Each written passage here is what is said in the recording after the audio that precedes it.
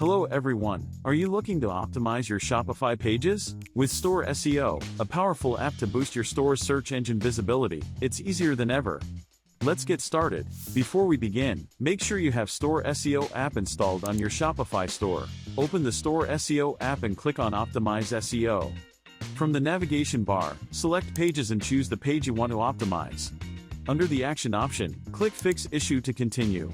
On the right side panel, you will see two key options, Basic SEO Analysis and Detailed SEO Analysis. You need to fix the issues in both options to optimize completely. The first step is selecting a focus keyword. Beside here, you will find the Keyword Analytics section. This helps you find keyword suggestions along with important metrics. So, you can choose the best one.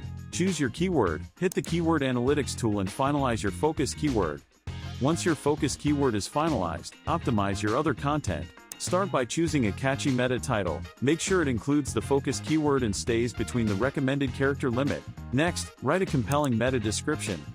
It must include the focus keyword and needs to be concise, engaging, and within the suggested character count. As you continue, you will notice the SEO score increasing in real time on the right panel.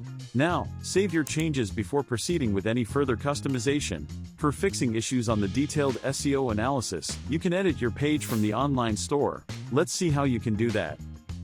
On the Edit Page screen, incorporate your focus keyword throughout the title and content body. You can also bold your keyword if you like.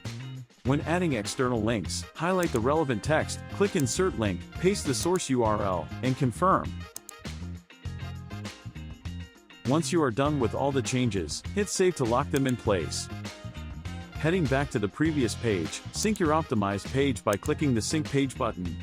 After syncing, you will see a final SEO score reflecting the improvements you have made. You can also take advantage of the AI Content Optimizer in the right panel to generate content in seconds. If you see the generated text fit, tap the Keep All button to keep those as they are.